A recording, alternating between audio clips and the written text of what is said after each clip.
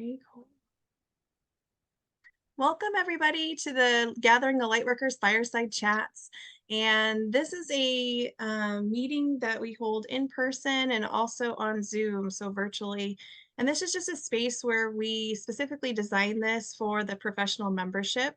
And this is to help grow and scale up and create a thriving business. And so it really is designed for the newer business owners where we go over these elements. But something that we've talked about too is there's a lot of times where people that are in established businesses come in and they listen to these nuggets of information, the basics of business going through, and they find holes in their business. And so this is helpful for new business owners and established business owners. And just so we have, good clarity on what this type of fireside chat is, that's really what we're trying to focus on. Our live events are where we bring other experts in talking about mindset or tax strategy or wealth building. And so those are also very interactive. So what is a fireside chat? That's also where we are going to be we'll be engaging. So we're going to be asking questions, and it's just that chat around our virtual fire. But we have David DeArmond. He's been so involved with our group, I am so grateful for this. And David DeArmond is the owner and helps operate Strix Strix Technology Group. I'm like word finding here. Well, we And do cybersecurity. yeah, and all the things. And, I think what's really important is, though, a lot of us in the healing space, we're really good at what we do, but it's really hard to wear all the hats. And so having a friend or someone we love, know, and trust, like David, that's really good with technology, or we've had Will Green that's helped us with marketing. There's different people that are, in our community that are here to help us. And so I think it's such an amazing thing that we have people like David coming in to help support our members. But yeah, that's going to be the introduction. I'll have David. Do you want to introduce just a little bit more, and we can do a little recap of last month? Okay. Yeah. Yeah. So I think I know Dana well, and Carol we met last month, I guess. Corinna, we hadn't had the pleasure of meeting yet, but just a quick introduction from me. I've been running Strix Technology Group since 2008. So I've been around for a little while. I've volunteered with SCORE as well, which is an SBA nonprofit that helps businesses start and grow. And it's always been something very, very exciting for me and fulfilling for me to work with people that want to start and grow a business. It's fulfilling both to my heart, but it's also fulfilling because I learned so much talking to people and getting different ideas about how to run business better. And I'm looking to run my business better. So that's a quick introduction about me. Nikki, did you want to go over the previous months, or did you want me to, or how do you want to do that? I can do it. Yeah, we can both go over that. And before we do that with the fireside chats, just so that we're respectful of time, we've got about an hour on here. So we are going to we want that engaging conversation, but we want to make sure that we're really concise, and we don't want to go, we do have this questions back and forth. We want to keep that to, a short amount of time with the answers. So that way we can get everything in the hour.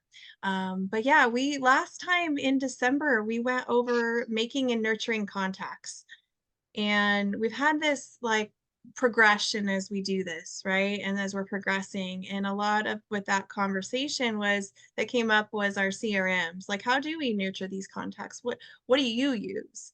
And so I know that David has some experience. And what I love about this group is we've all trial and error. I know Dr. Dana can contest to this, right? She's been looking for certain programs. She's actively looking.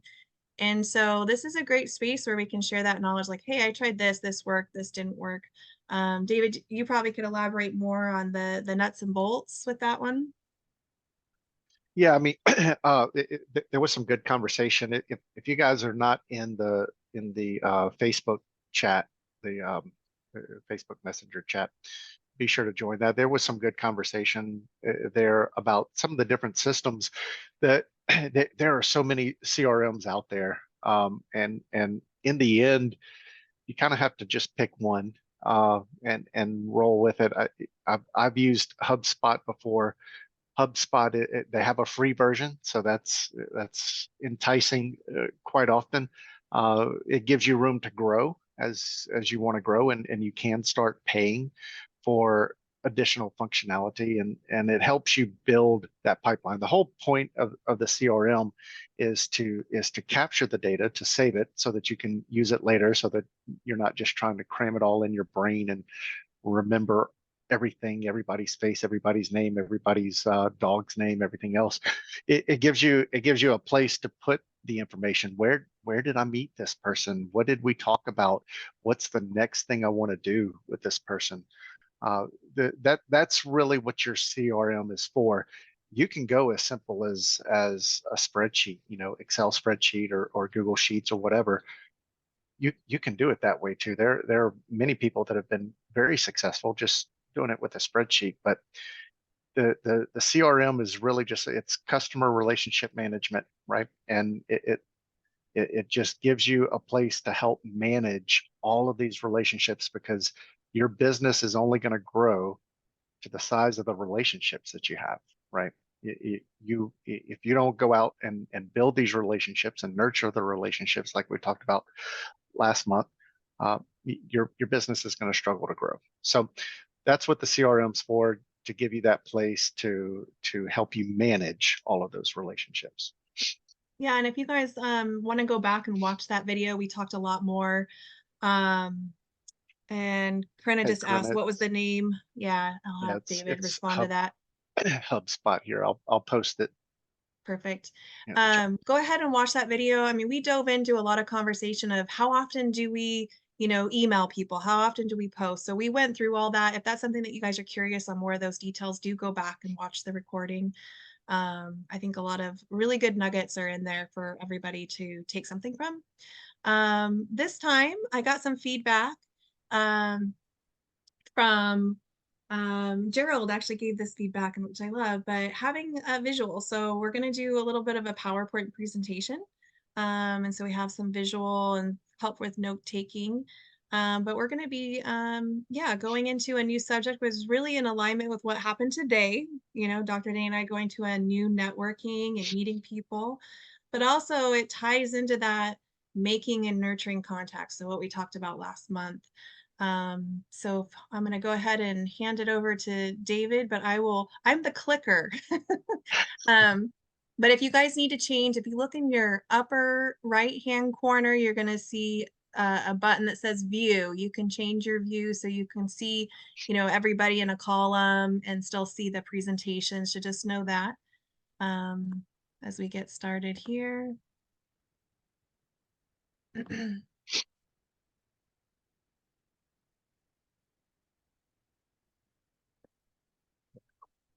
All right. Yeah. So we've talked in previous months as well, about things like systems and processes, KPIs, which are your key performance indicators, and all of that plays into what we're talking about today, which is the networking opportunity. So we talked last month about creating and nurturing those contacts. One of the best ways to create those contacts is with networking. So what is networking? Networking really is just getting out there and talking to people and building those relationships. It's usually done face to face, in person type of thing. There are of course virtual opportunities out there. Uh, pretty difficult to I think create those relationships in a virtual networking environment, but they do exist. But um, so how do you go about building up this network and putting into play the systems and processes that you have around developing those relationships, and then what are the things that you're looking for to make that networking effective? So I think we can go to the next screen here. Remember, this really is it is a fireside chat. I don't want to dominate the conversation here. I'm here to help facilitate it. I'll give whatever expertise I may have, but really, if you have a thought, please just jump in and give your thoughts. The first bit is here is finding your target demographic. So if you're going to go out networking, there are networking opportunities all over the place, all over the valley. If you're here, there's dozens and dozens every week that you have the opportunity to go to. You could spend all of your time just going to different networking events. So you really have to decide, okay, which ones am I going to go to? And the best way to to do that is to decide which of these events are going to have the people that I want to talk to. So your target demographic, who are the people you want to talk to? I, this is something, Dana. I think we did an exercise before about deciding who is your target demographic. Who is your best your best customer? Yeah, we did. And it was actually really helpful because usually I think of conditions as to like what I want to treat as what most people tell me. But what we talked about was the emotional status behind it, which is the frustration with the medical care you've been provided, or frustrated with the side effects, or frustrated with not being heard and seen. And that actually helped me narrow down what networking groups I want to go to and who I'm an advertising to, and it feels authentic. So that's really important to me, was authentically finding that demographic versus playing the game of who's this ideal person in conventional words, right? So very helpful to do that for myself. Yeah, cool. Thank you. And so you find those groups. Dana, I don't know if you happen to remember an example of a group that your target demographic was a member of that maybe you didn't think of beforehand. Let's see, let me go back and look at my notes here. Polka dots was a huge thing that came out for me, which was great. As you know, females and families are huge for me. We talked Yeah. a lot about going to trade shows and advertising and networking that way as my product sells itself for my words. And the other one is yeah, just teaching. So getting out and teaching more and advertising on Facebook posts of groups of families and new moms to the area. I do a lot in family practice. So that is kind of a draw for me there. So, and then making an email list, it's helping.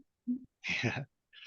Yeah. So if you're looking for new moms, or you're looking for families, what events are going on out there where new moms are hanging out together? That's a great event to go to. That's a great event to go network, because they're going to have your target demographic. And where are families going to gather or to talk to, get to know each other? That's a great place to go, because your target demographic is there. So the two big pieces of that: defining your target demographic, and then defining where your target demographic goes. And then, so once you figure out, okay, these are the meetings that I want to go to, um, what number one, put it on your calendar. Of course, go find out when they meet, put it on your calendar. But then beforehand, reach out to one of the leaders. Most of these groups have a website or something like that, and you can see who the leader is. So reach out maybe to the leader of the group, or just another member that you may already know that's a member of the group, and say, hey, I'd like to come on this date. Can you introduce me to some people, or can you tell me more about the group, or something like that? And what it does, it starts the conversation before you get there. Does anybody have trouble going to a networking meeting, and you're a little bit nervous? You're going in, you don't really know anybody, and you've got to talk about your business. Has anybody experienced that? Carol, Corinna, have you guys? I like to say I like to bring a wingman with me. Uh, I'm pretty Corinna, sure you, David's been my wingman once. I have, yeah, I've definitely done that. Corinna, you said, you said you used to, meaning you used to be nervous about it, and now you're not, or you tell me more about what you mean there. Um, Sure, yeah. All right, let me get my video back on here. Yeah, I mean, I don't know. I think there just comes a point when you get less nervous, but I mean, I think also I did Toastmasters for 5 years, so that was my big key yeah, to like not being nervous anymore. Like that was a huge growth process. So I recommend that. But yeah. yeah, that's great. I've heard great things about Toastmasters. I haven't actually done it. It's been on my list, but hey, there's another great networking group that that everybody can join, and especially if your target demographic is going to be there. So yeah, so set up the meeting. Go beforehand so you have someone that you know you're talking to, and then the next stage is really getting prepared for the meeting. And I think that'll be our next slide there. Yeah, so you want to go into the meeting ready to go. Corinna's, she joined Toastmasters and got herself perpetually ready to go to networking meetings, and that's a great benefit. But Can I hop in real quick? Because you were yeah, Carol, go ahead. okay. Basically, I'm not always that comfortable in networking Mhm. situations. I've been part of Quick Star, which is like Amway on steroids, and others. And I think part of the challenge has been that I feel like I'm even there was something that I was involved in recently that I believe can help people, but it just felt like I don't want to say not authentic, but I don't want to come from that space of, what can I get from you? I mean, I know it's all about serving and finding out what they need and being able to do that, but uh, I have a friend who's, I'm going to say this and I'm going to stop. I really care about her, and she's building her business, but I just get bombarded by all the emails and everything, and it just doesn't feel authentic to me. But I understand. I'm grateful to be here, and I'll stop talking. No, I I think what you mentioned there is very important about the nurturing the contacts that you make, because especially after you get into building your systems and processes, you kind of start throwing people into these funnels, into these systems, and they quit becoming people. They're a lead. You call them a lead, and you just put them in the funnel. And in my opinion, that's not really nurturing the the the contact. And it's very similar to these networking meetings. A lot of people, they just they're going to go to the meeting, and that's it, and they feel like, well, I'm networking, I'm going to the meeting, so I'm networking. If you don't prepare yourself for the meeting, you're not getting the most out of it. Just like if you don't really nurture those relationships, you're not getting the most out of them. So I think you bring up an important piece of it there, that as you go in, we're talking about here, what's the focus of the group, and how can you go in and be of benefit? How can you go in and serve that group? Um, one thing that's mentioned here is how does that group handle visitors? Lots of different groups handle visitors in different ways. For instance, BNI. How many of you guys have been to BNI? Yeah. Yep, got several hands. So BNI is a very structured networking meeting, and there is a very specific way to handle visitors, and a good BNI chapter is going to educate their visitors on how to handle themselves. but a lot of people go into a BNI meeting just not ready, and the members of the BNI chapter don't really educate them, and it's very confusing. So, whatever you can do to understand what you're walking into and how best to conduct yourself to be effective. Uh, Deciding or looking up who's going to be in that room, who are the specific people you'd like to meet, and write those down, because you're going to go in, you're going to be meeting a whole lot of new people. So write down the specific members you would like to meet, and then preparing your introduction. I think this is a big part. Corinna was talking about Toastmasters. It that organization, from my understanding, is very, very helpful in getting you ready to introduce yourself and to to talk about yourself in a way, Carol, that is not so, I guess, pushy or salesy or whatever. It's a very good conversation that you get to have with people back and forth to develop that relationship. Uh, can you share yourself in 30 seconds or less? That's a lot of people call that your elevator speech. Have you guys heard that one? That's if you're stuck in an elevator and you have just those 30 seconds in the elevator to say who you are and what you do, can you get it done in 30 seconds or less? I have a It takes a challenge. Yeah, go ahead.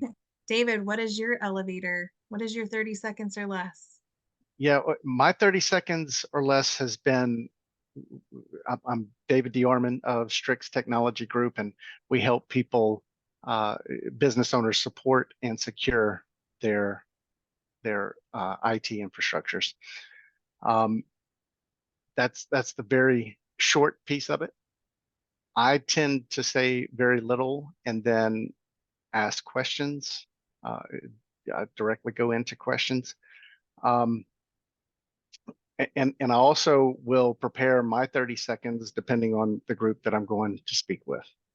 So that's always my basis, is we help support and secure technology for businesses.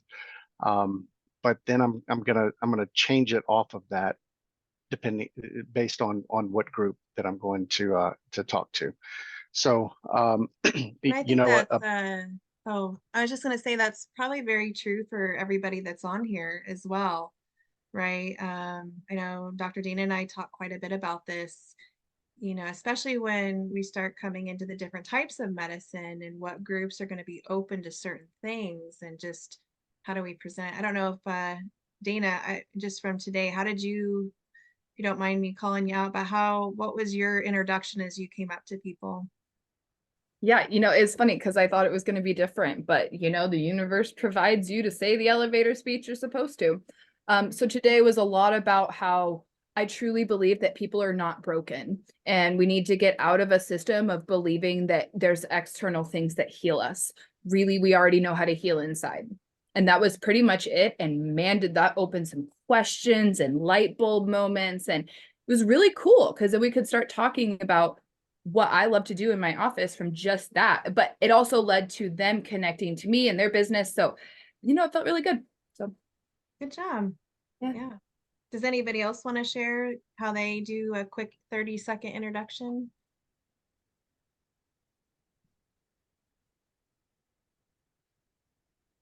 I'll share. It's hard to describe GOL, but I think I've narrowed it down where it's a network of bringing all the healing providers together, the practitioners and providers, and getting them face to face with holistic healing or seekers that are looking for natural or better ways of healing. And when I leave it like that, they're like, "Oh, okay, tell me more." It's kind of like you want that statement and that question where they want, just like what you said, Dr. Dana. Oh, tell me more about that. And they start you feel them lean in, right? Yeah.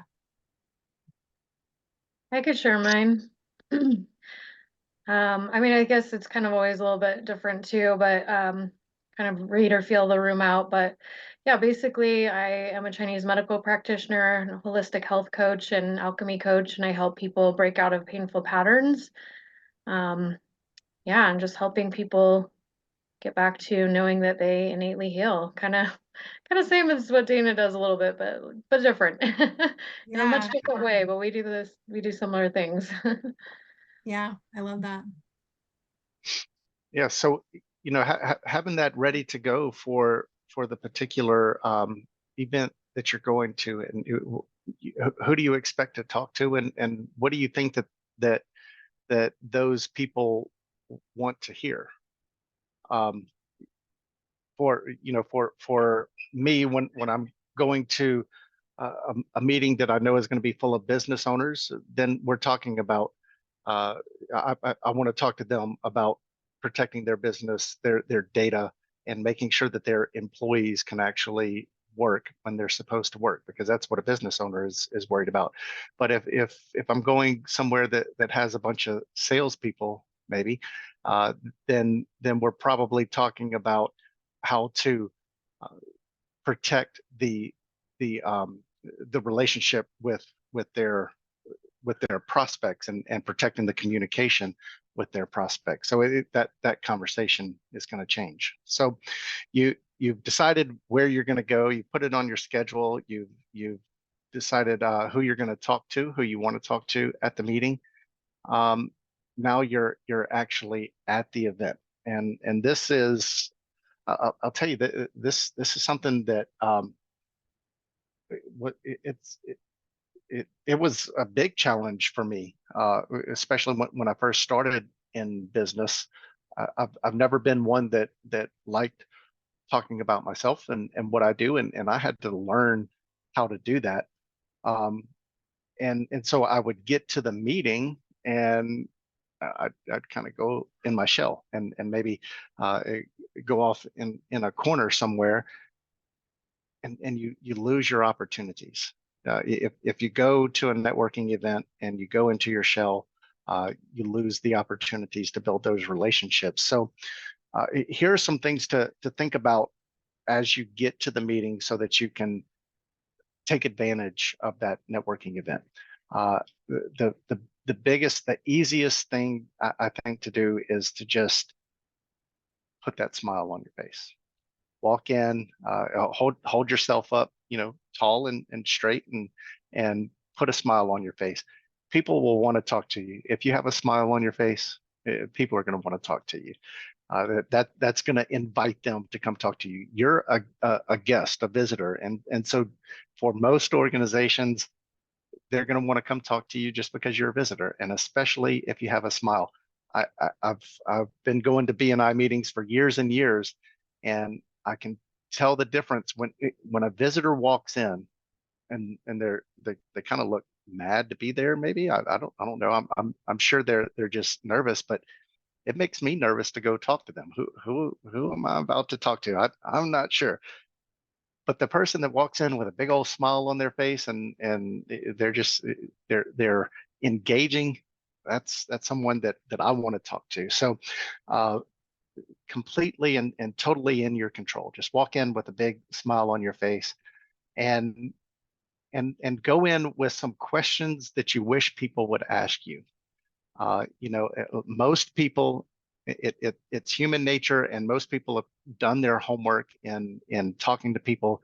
They like to mirror, they like to reflect back, and so if you ask someone a question that you want to be asked, there's a good chance that they're going to turn around and say, "Well, what about you?" So, uh, uh, Carol, what's a great question that you wish people would ask you?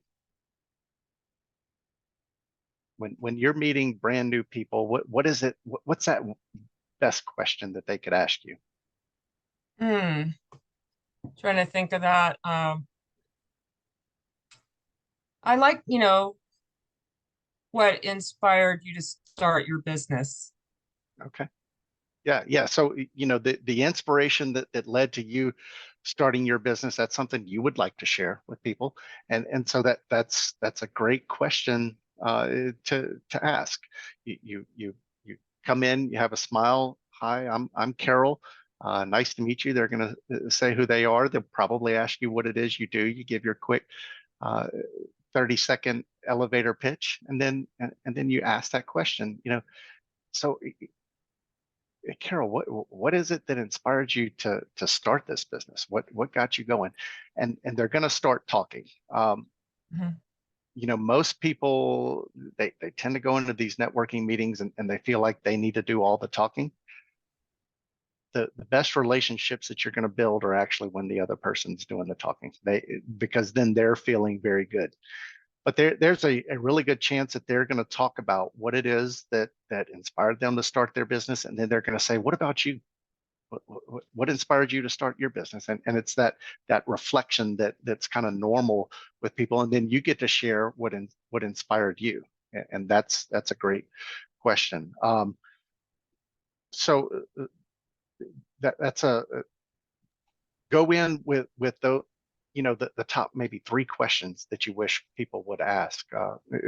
Corinna, do you have a maybe a specific question that if people would ask you this, you would be able to create a lasting relationship that would lead to future business?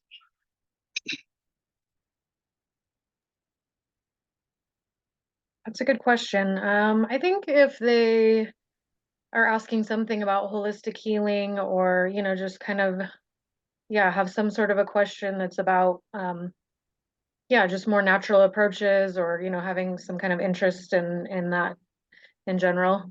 Those, or, or just being like, yeah, I've been really frustrated with the Western medicine system, and, um, and what do you do differently, or something in that, Right. I guess, vein.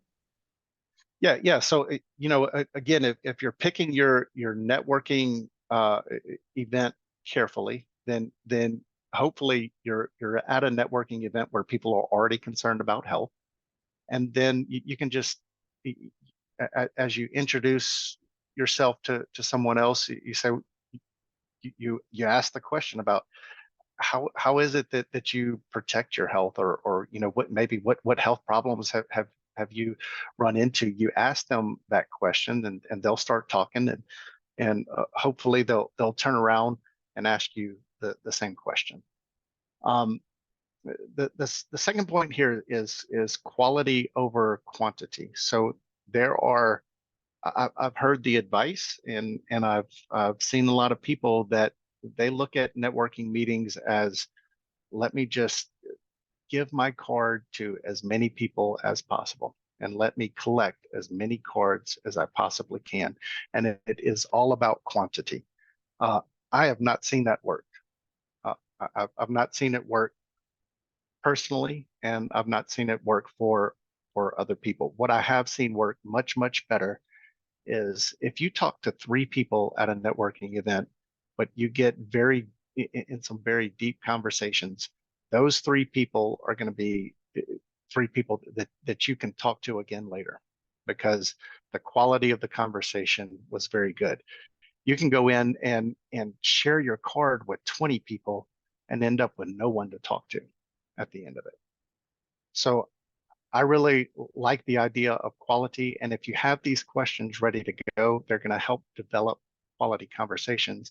And I'm of the opinion that you don't try to rush through the crowd. Don't worry about trying to meet everybody there. Meet someone that you build some good rapport with those initial questions, and go deep with them. So I don't know. Does anybody else does anybody else feel like quantity is better than quality, and maybe you I'd feel like like it to should go that chime way? in with that. Yeah. Sorry, I didn't mean to talk over. No, I love that, exactly what you're saying. It's about, and for me, it is about quality. It's about connection. Um, and that's also what turns me off. I'm just getting a bunch of cards, and it's like there's no connection. And I remember hearing the statement, and hopefully I remember correctly, they won't remember what you said. They won't remember what you did. They'll remember how you made them feel. And I know that I struggle with being concise. So I'm glad I'm here. Um, when I do like a foot zone, I'm asking questions about them. What are they experiencing physically, mentally, emotionally, spiritually? And I'm totally dropped in for them. When I sing, that's the same thing. And so I'm just grateful for what I'm learning. I'm shifting with my perception of what I'm offering, so I don't have my 30-second speech yet. Mhm. But I just want to say thank you. You know, I think you bring up actually a good point.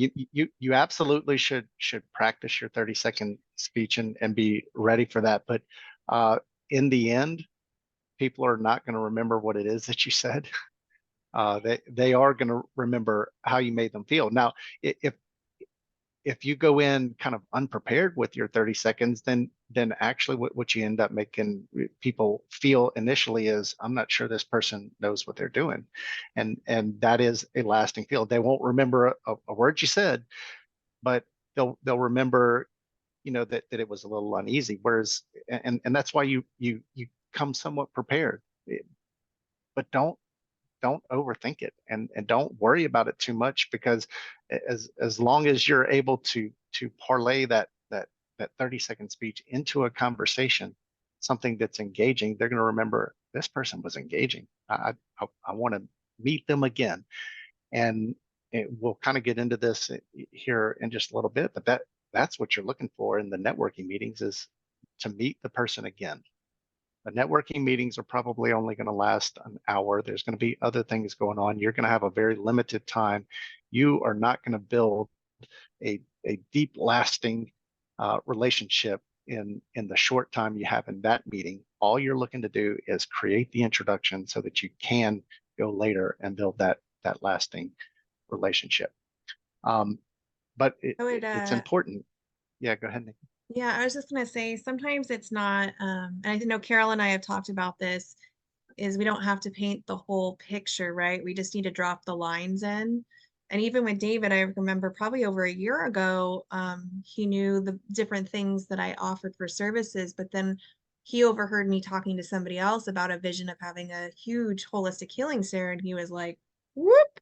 And that's all I said, right? And so I just dropped a couple words, and that's all it took. And then we had a one-to-one later, and we went into deeper conversation about that. So I think that's really important, that we don't feel like we have to, what is it called? Spill the candy in the waiting. What is that? Spill the candy in the waiting room. What's that saying? We don't have to I give it don't know all that one. away. Yeah. I had Um, a friend, an ex-partner would say, it's funny, but it's painful. She would say, I ask you the time and you build me a clock. And I'm aware of that. And so, but I know I'm here for a reason, and I'm going to learn how to, I guess there's part of me that's like, okay, you need to know the details. I have to paint the picture so you understand. So I appreciate what you're saying. yeah, and I think it's just the way we're made too. But with this, and it's not like, a lot of this information you guys all know, right? So Corinna's been to Toastmasters, Dana's going to networking, these are all, but again, and we'll talk more like in details when we get through this, but sometimes it's just a reminder of, knowing when to stop and pause too. So being able to make that connection. So when I did physical therapy, it was about, I could memorize everything about therapy and the plan of care and the goals and all the tests.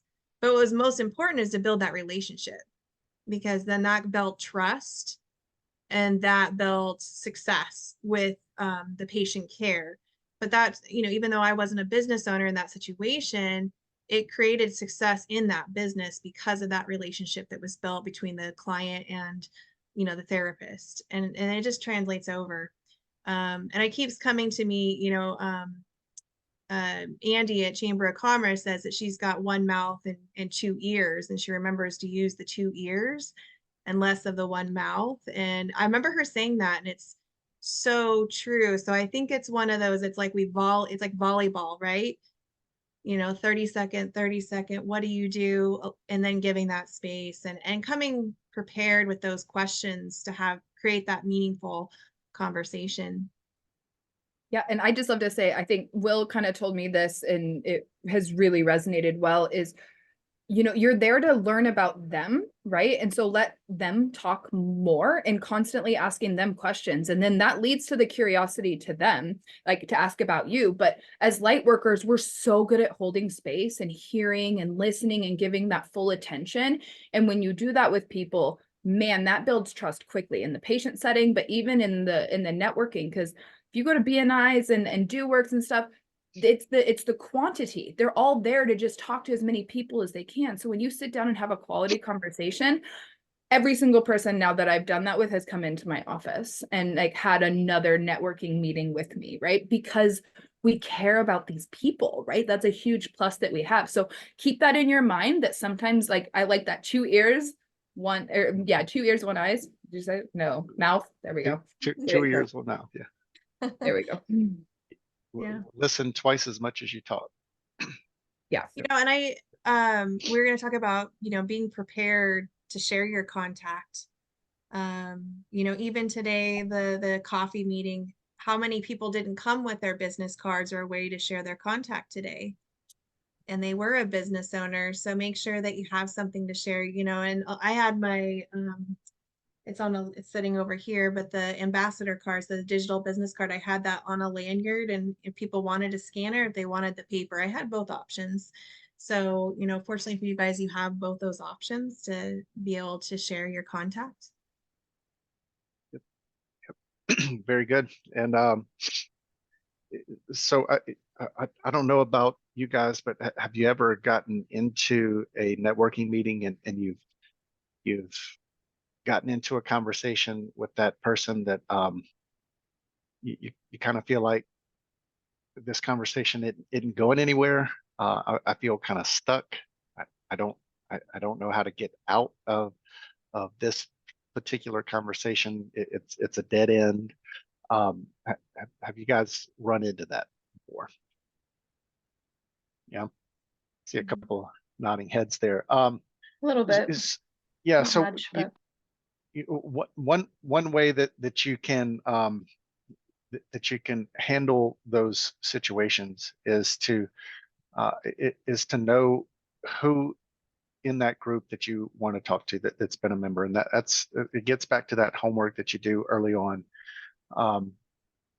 If you can ask the person that you're talking to, if Joe is still a member of this group, and because you'd been wanting to meet Joe, and you were wondering, hey, can do you mind introducing me, or just to have the conversation that will bring it along and help you move that conversation to who it is that you're trying to talk to. It's just a method that you can use when you run into those conversations that I don't, Nikki, I hope I'm not No, offending you here. You run into a lot of financial planners at networking meetings. not financial wellness. Financial wellness, yeah. And Carol, you talked about how there are people that they just kind of grab a hold of you, and you can tell they're not there for you, they're there for your money, right? And that's the conversations really that I'm talking about. And I know I've run into those and said, well, how can I move this conversation into something that's not just this person trying to extract money from me, and that's an approach that you can take. Yeah, go ahead, Carol. What just came up for me was the word agenda. Like if I feel like somebody has an agenda, and that feels like not, it feels like a business transaction. And I'm not sure if this is the exact acronym, but I heard it once. I think it's FORM, and I think it stands for family, occupation, relationship, and maybe motivation. And so Mhm. I'm just thinking, this is just coming back to me from something that that could help guide, questions to get to know somebody better in that respect. Yeah, That's a yeah, really great one. Mhm. yeah. Everybody wants to talk about their family. Go ahead, Nikki. Yeah, I was gonna say, coming when we're talking about dead ends, right? Like, and we're trying to engage, but then also how do you gracefully transition to another person without it being awkward? And what I found is you could, if you don't know anybody in the group, so like for today, what I did is, oh, you would really like this person, this, and I already knew a couple people. So the new massage therapist, I felt like the conversation came to an end. And so instead of just being like, hey, bye, I was like, oh, you'd be really like to meet these people over here. They do nutrition. And so I just walked over and introduced. And then I was like, okay, and I was able to like, hey, I'm going to go do this over here. And it was just a very respectful way. And I think if you don't know anybody in the group, you could kind of use that same thing. Like, hey, I'm looking for this type of business. Do you know anybody here that you could connect me with? And that might be, a really nice transition without it being like awkward, like, okay, we're done. Bye. You know what I mean? Um, Yeah, with no, the ending. that's awesome, and it's one of the things you're really good at is connecting people. Um, and I think if you go into those networking meetings with a mind, everyone you meet, who is someone that I can connect them with, Mhm. because if if you start building those connections, that's beneficial for both ends. So you're doing a great thing for both of those people now, and they're going to look at you as someone who is helpful, who's looking out for them, um, and because that's exactly what you're doing. So um, yeah, you're very good at that, and it's certainly something to keep in mind as you go into these networking meetings. When you're at the meeting, who can I introduce this person to that will help them? Um, yeah, Mhm. so great stuff. And yeah, let's move on. So then the follow-ups, and here's where we get into those systems and processes, the KPIs that we've talked about before, the key performance indicators. Um, many people go into those networking meetings without a plan afterward, and like we said before, you're going to spend just a few minutes with someone at the networking meeting. It's not going to be the relationship that you need to um, to create a new customer or to create a new friend, whatever it may be. It's not going to happen right there. So you have to be very intentional about the follow up. You have to plan for it. Um, Number one thing, the CRM. If you have a CRM, go home or go back to your office, or if you can do it in your car, that's even better when you get done, and enter that information as quickly as you possibly can. Because what is probably going to happen is you're going to put it in your pocket, your purse, whatever. You'll bring it back to your office. You may put it on that stack of all the other business cards, and then it sits there and nothing happens with it, and there's no follow up, and that little spark that you created doesn't turn into the fire that you were looking for. So be sure to plan for the follow up. Have yourself mentally and time and everything prepared to get back and enter that information into the CRM. Um, it's very beneficial to write down or to note what it is that was that spark with that person. Um, you're busy. It may be a while before you talk to them again. If you have it written down what it was that was interesting to them or interesting about them or whatever, then when you follow up later, you can continue that conversation, right? So it's also that that point where you can kick off your funnel and your email campaigns, those systems and processes. And again, I think this is where you have to be careful. Like Carol was saying, now she gets all these emails from this person, and you start to wonder, does this person really care about me, or are they just, again, trying to get a sale from me? And it's one of the things that I really love about this group is that the people in Gathering of Lightworkers, they're here to help people, and so be sure that you communicate that effectively in your follow-ups here, and then make the time to schedule the one-to-ones.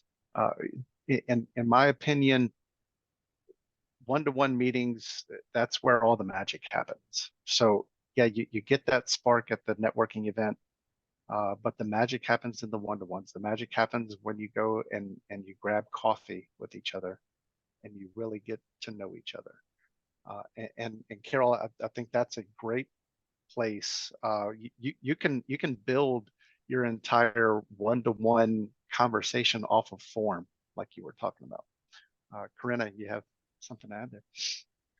Well, I I'm trying to decide how to word this because I feel like I'm a really positive person, but I spent a lot of last year, especially the first half of the year, like really trying to meet all kinds of people and just really sitting down and getting to know them as a person, like not feeling like, I'm trying to totally get something just out of, for me out of this, and I don't know. I just felt like a lot of that didn't really go anywhere. And I definitely developed a few relationships that, were beneficial, but I feel like I really listened to people and, was trying to like be helpful to them. And I've tried to be like, oh, okay, let me connect you to so and so. And I really do try to connect to, people together. And I know sometimes I end up running out of time and don't do that as much as I would even like.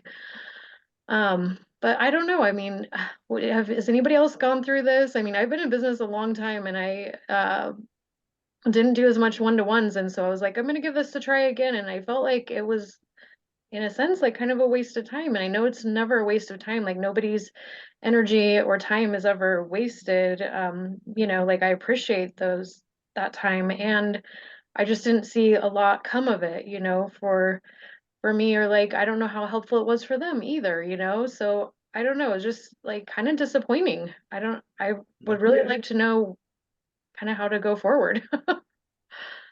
What is it?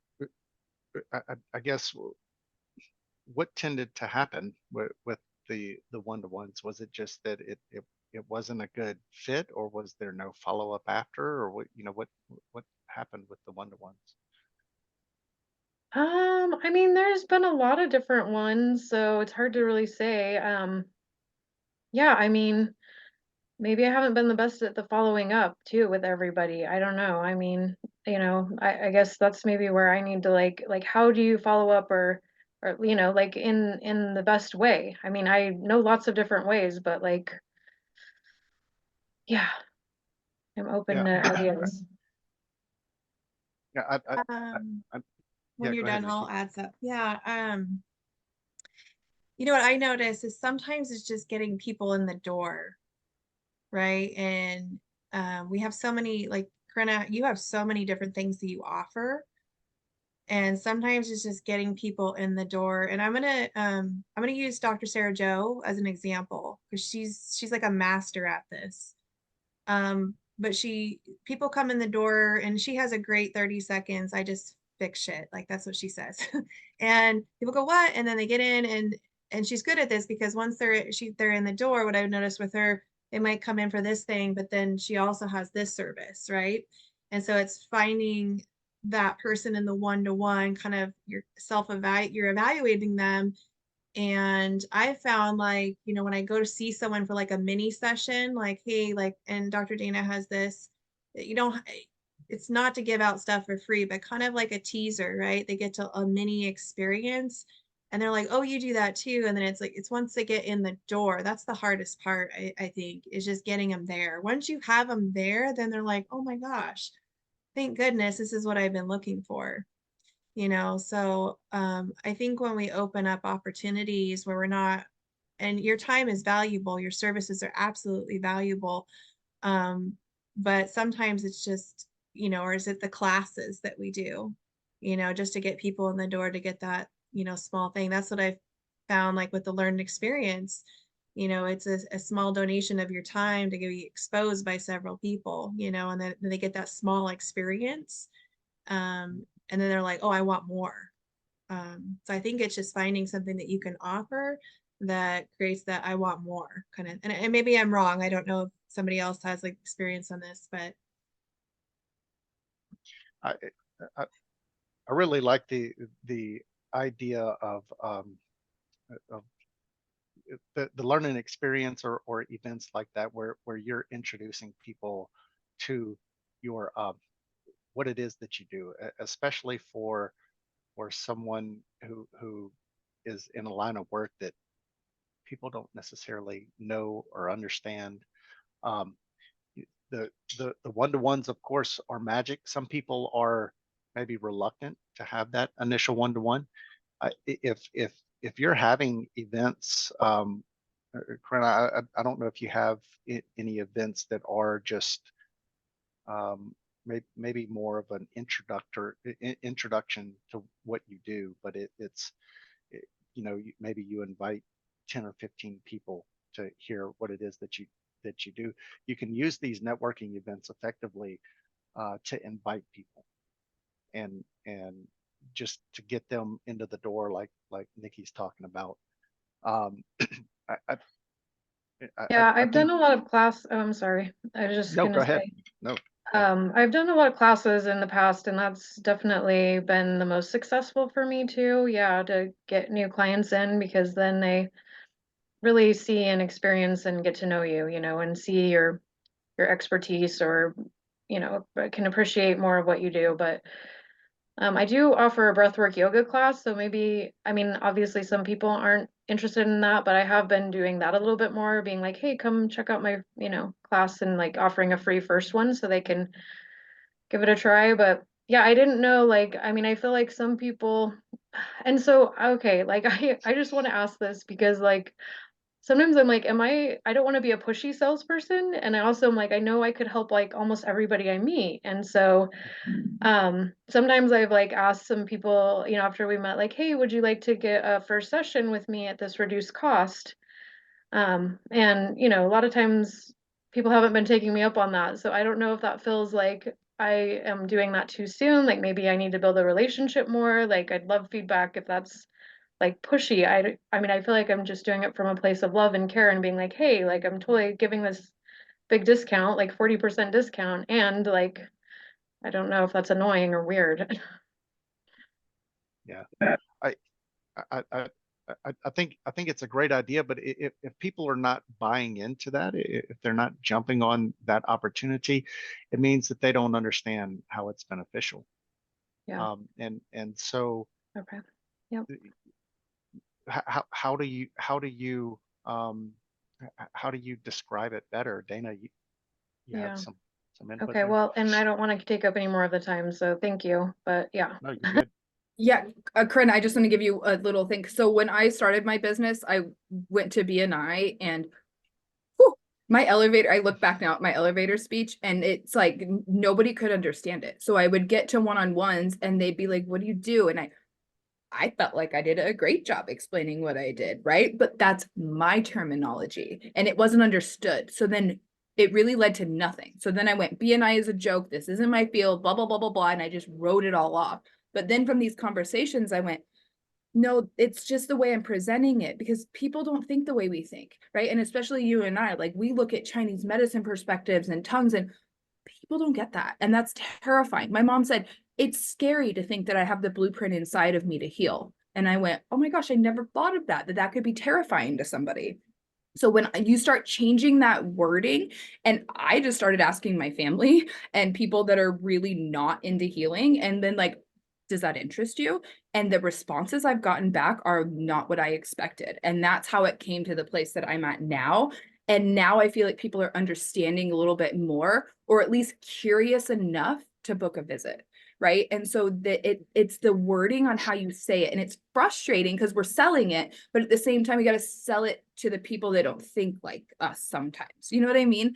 So I'm happy to work with you on this because I'm still in that place of vernacular and trying to figure out how to speak what we do and in our terms, but still being authentic to ourselves, that we're not just selling something, we're giving a service. We know that it can help every single person that we've ever talked to. I agree with you on that one. So if you want to talk more about it, I'm super down for continuing that conversation.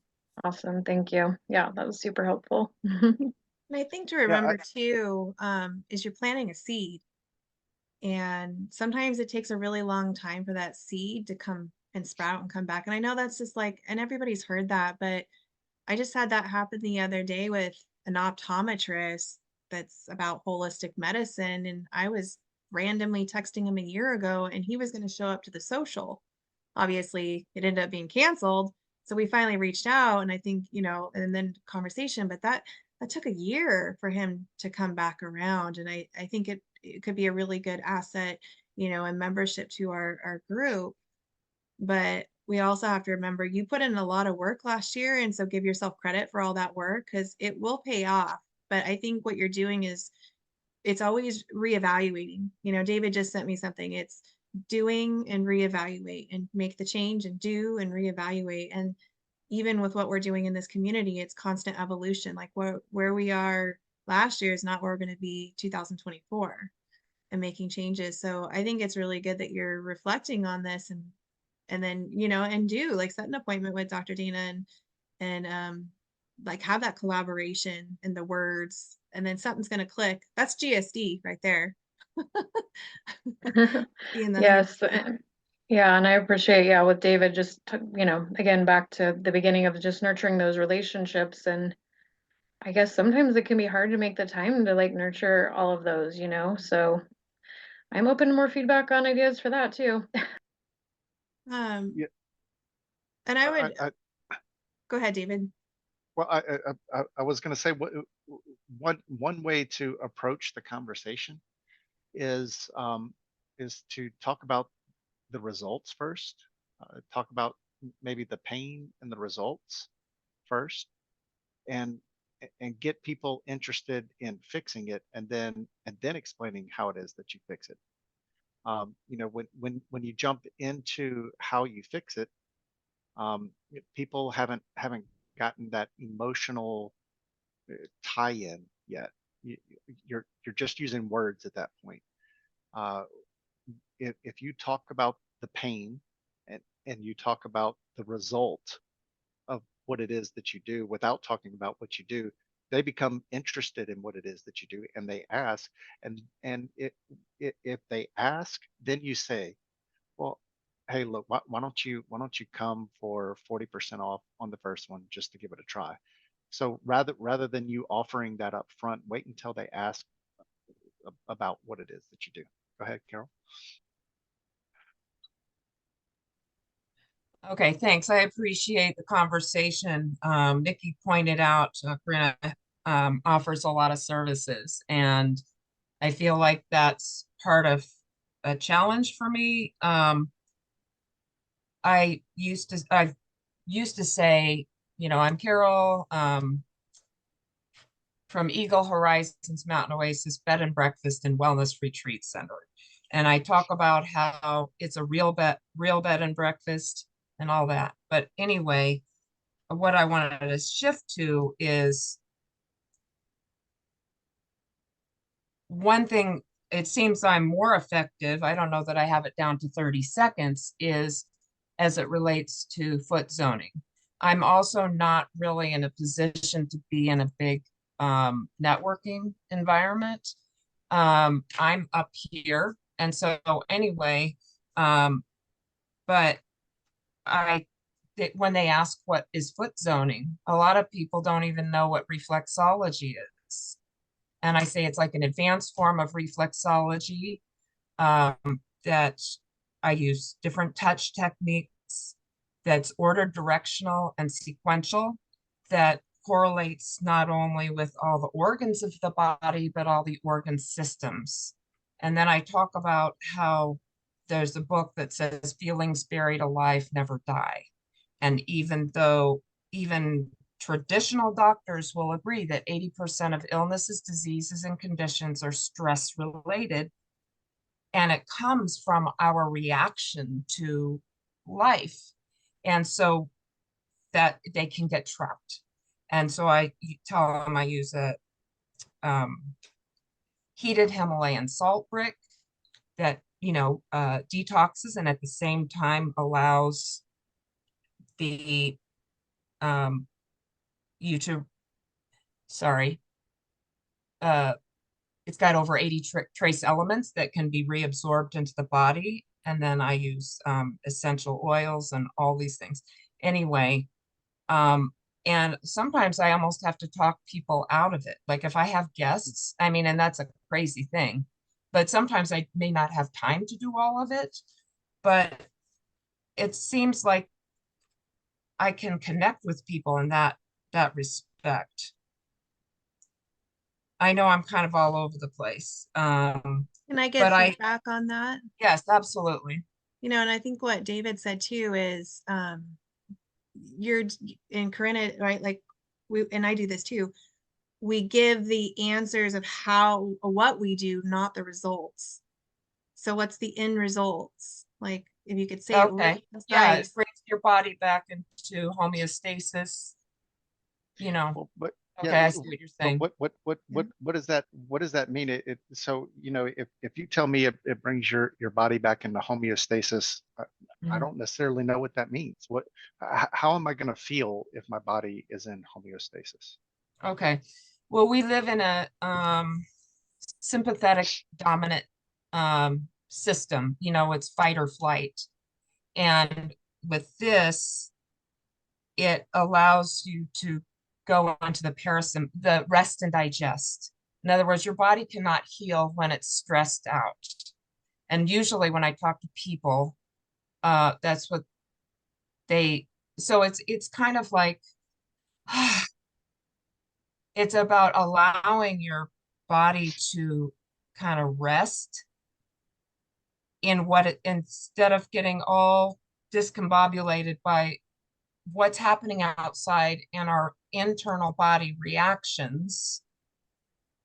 This is a way to release. And then what I will say to people is, I'm not a doctor. I don't diagnose, prognosticate, or prescribe, but I work on the entire foot. And like say, I'm working on something and you say, oh, that's kind of sensitive. What is that? And I'll say, oh, that's your SI joint or that's whatever. And then I offer them a book with correlating trapped emotions that are associated with that. Now, not everybody's into that. So I'll say, I'm not going to say, well, David, this is what you're experiencing. I'll say, see if this resonates with you. And so what I tell them is those who benefit the most are the ones who don't want a pill for every ill and they want to participate in their own healing. Is that Yeah, too much? well, probably a little. Yeah, Okay. and I think you can go further. Corinna, I know you've got to run here, so I'm interested if you have time to maybe give a case study or an example of somebody that you've helped recently, and what was it that they were experiencing that led them to come to you in the first place? You want me to share something right now? Okay. Yeah. Well, gosh, there's a lot of different ones. I'm kind of in the middle of some different things. Okay, well, so I'll just pick one. So I had a woman that was coming to me with some heart palpitations and yeah, and just like a lot of anxiety. And so basically like, yeah, I mean, I got her to not have any more of the palpitations, got her anxiety down, and she now sees me regularly just for maintenance. So yeah, just still has a tiny bit of anxiety from time to time, but yeah. Yeah, so anxiety, that's one of those things that so many people are experiencing. There's probably quite a few people experiencing the heart palpitations too. So you meet someone in networking, you have a one-to-one, and just get on the conversation of anxiety. And if they start talking about how they are anxious, just ask them the question you wish they would ask you. Ask them, how do you deal with that? How are you dealing with that anxiety right now? What is it that you do? I know I felt anxious. How do you deal with it? And they'll start talking about how they dealt with it. And you say, yeah, I'm actually helping someone right now. They came in, they were in the same situation that you're in, and we did XYZ. We did this yoga, or we did whatever it was, and they their heart palpitations have almost gone away now. And so then, well, that's kind of what I want for myself too. So, Corinna, how do you do that? What is it that you do? Now I'm interested. Now I'm invested. And you say, here's what I do. I have a class coming up. How about I'll let you come to that class for free, or I'll let you come to that class for 40%. Just come try it out, see what it's like, see if it helps you too, and then go from there. But you start with the end, and you start working backwards. Dana, you deal with people that are sick, and probably a lot of times with I chronic. have to go. Thank you. Thanks, Corinna. Thank you. Probably dealing with chronic type illnesses, and so you can start with that conversation, and you can talk about someone that you worked with that has had that same issue, and here's all the things that I did with them. My work is more technical, but I can talk about the client that was having trouble getting their emails delivered. They kept going to people's junk, and they couldn't get it delivered. And I can ask someone, do you have trouble getting your marketing emails delivered? And what do you do about that? And yeah, I had that trouble. Well, here's what we did for a client. We changed some DNS records and did all of that, and it improved their delivery by 30%. And the person is now interested in what it is that I'm talking about, because they have experienced that problem. They know what that feels like, and they know what not having that problem, they know what that would do for them. And so they're interested in whatever it is that you have that can get them to that point. You don't have to talk about that it's reflexology. You don't have to talk that it's Chinese medicine or all of that, because that now all of a sudden I don't understand what you're talking about. But when you're talking about the pain, I understand the pain. When you're talking about the relief, I understand the relief. Everything else in between it really doesn't matter. I'm just, and I totally hear what you're saying. The reason I have gone into that, and I've actually made a brochure, is because otherwise people think, oh, it's a foot rub, it's a foot massage, and that's not what it is. I do have something that I could share about an experience with somebody, but I don't have to do it now. I understand your points. Yeah.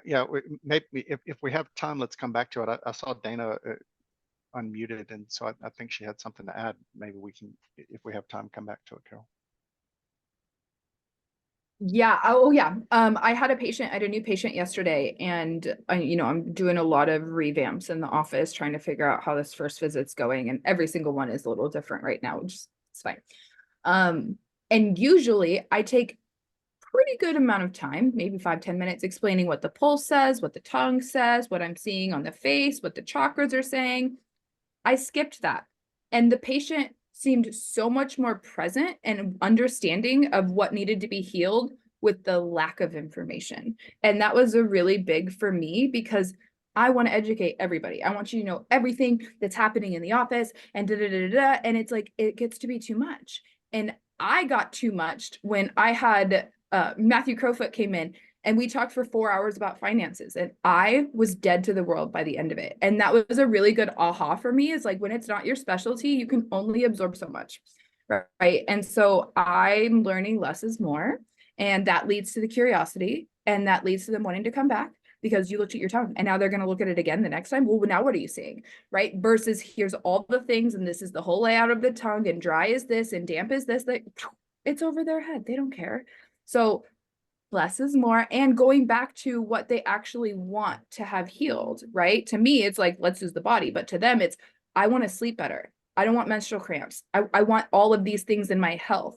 So it's the rewording, right? And that's the kind of meeting people where they're at in marketing terms. That's my big realizations right now. Yeah, yeah, yeah. Very good. So, Carol, that example that you have, what was the problem that the person had? What was the pain that they were having? Okay, she was experiencing heart palpitations. She was not able to digest properly. She was like having to blend her food because she couldn't digest properly. And she was very anxious as a whatever her job position, she felt like she was responsible for all these people. And so I started working on her. And, we do a little mini yoga nidra too. Anyway, I was working on the esophagus on the foot. And all of a sudden, I kid you not, this has never happened before. I could feel her energy coming through my body. I mean, I could feel the heat. My face was so red. And she's like, oh my God, I'm so sorry. Are you okay? I was okay because I knew it wasn't for me it wasn't my energy. So I let it go. But the point was, again, it's about rest and digest. It was at that point where she was letting go. And I had these conversations with her, and I'm like, because she was saying, she wasn't saying she was going to have a heart attack, but it was like she wouldn't let go of control. And so, I'm sorry, I'm trying to remember exactly my point. And so when I got to that point, the rest and digest, she's like, oh my God. Because then you could actually see she was glowing. She had let that go. Oh, that's what I said. You've got to listen to your body because it's going to keep speaking to you. And if you're not caring for it, oh, that's what it was like. I have to be responsible for all these people, and not to be too blunt, but I'm like, you're not going to be helpful at all if you're not around. And it wasn't a heart attack, but it was, so. Yeah, so she's coming to you again with anxiety. She's coming with all the stress of everything that she has to deal with, the responsibilities that she has to deal with. She's coming to you with digestive trouble. And so when you're talking to people about anxiety, about stress, about feeling those, people are listening to you now because there's a lot of people that feel those things. If you're at, I don't know if any exist, but if you're at some networking event where most of the people there have some sort of digestive issue, then you can talk about the digestive issues that you have helped manage in the past, and people are going to ask, well, how is it how is it that you manage? Or you can ask them, well, how do you manage it now? And you can tell the story. I do reflexology. I was actually working with someone, and I was able to work on their foot, and it helped their digestive issues. And now they can eat this, or they don't have to blend their food, or something like that. And you're talking about the pain, you're talking about the result. You threw in there the reflexology, but what you're really focusing on is the pain and the result. And then they'll say, well, what do you mean reflexology? Now you have someone that's invested in that conversation, and that may be the point. You can get very technical with it, just like I can get very technical with on technology side. Like Dana was saying, people are going to shut off when you start getting technical. What you can say is, why don't you come in and let me give you uh, this particular service? Why don't you let me do a reflexology session on you, and I'll show you exactly what I, and that's a way to kind of get them in the door. Nikki does that with GOL. You know, that's what she did to me. We were we were at a do work event. We had You're that welcome. one to we had that one-to-one conversation. It was there were, I don't know, 50 people there, Mm. but she and I spent most of that session there talking to each other, and she said, why don't you just come to the, it was, I don't know if you called it coffee and collaboration at that point, but it was, why don't you come to the coffee that we're having? And I was like, Mm. because I was interested in the things that she was saying, and how it made people feel, and that they felt better. And we were talking about energy and all sorts of stuff. And I was just curious. Okay, well, I guess I'll come to this coffee and see what it is, whatever it is that you're talking, gathering of what, I don't know, but um, I'll come to the coffee. I'll come experience what it is that you're doing. And it was that experience that sold me. It was the experience, not all the words that she used. It was the experience. So, and Yeah. bringing that back to the networking, that's what it is that you're trying to develop with the networking. The networking, you need the introduction to the people. You have to have conversations with people before you can figure out what their pain is, figure out what their resolution is, and give them the experience. You have to meet them first. And so these are some ways that you can go out and meet those people, have the conversations, build the relationships, and get them in to get them that experience and help them. And I would even say for you, Carol, I mean, you're going to have the capacity to go into town, and you can even practice even simple things like new people. You don't, if you want them to know what you do or you have a retreat, you just ask them, what do you do? And they're going to inevitably mirror that. Like what he said, this is kind of recapping. And then you have your 30-second, because you don't want to overwhelm them. You just want to make it quick and intriguing. How you make, the results, you add the results in there. And then people want to know more, and you can't, you want to pick and choose, right? Like you could take the retreat or the healing part. And I think what's really important too that we haven't talked about is make that next appointment, that follow-up appointment. So don't delay on that.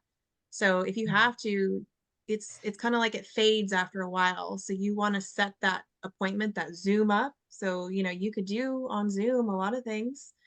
And even at the networking, like Dana, like we could have you just stand right there, like, oh my gosh, let's meet, let's do it right now. Like in the moment when it's hot, Mm. that's when you're gonna let's just set this appointment, and you kind of have to feel like if a one-to-one appointment's easy to set, but like an appointment to see you, that's you just kind of wait, right? You don't kiss on the first date kind of thing. And so it's Mm. you got to build the relationship first, and then it will lead into those deeper conversations. But when we give everything on the table, you really got to be a judge. Like with David, our first meeting, we Mhm. did. Like there was a lot laid out on the table, and he leaned in, but you've got to kind of read people. And when you can feel people backing away, that's when you got to know when to pause and start asking them questions. But yeah, we are at 3:30. We are at time. So we'll wrap this up. We'll wrap the recording up. I just want to thank all of you that came on here. Thank you, David, for sharing your expertise and your years of experience in business and helping with GOL and our members. And thank you to everybody that has watched this video. Hopefully you've got some nuggets of information, and be watching for the next videos. We will have live events, and in 2024, we will always be evolving how we're doing things and elevating these experiences. So we're excited to be rolling that out as well. All right. Well, thank you, everybody. I'll Thank stop. you so Love you much. guys.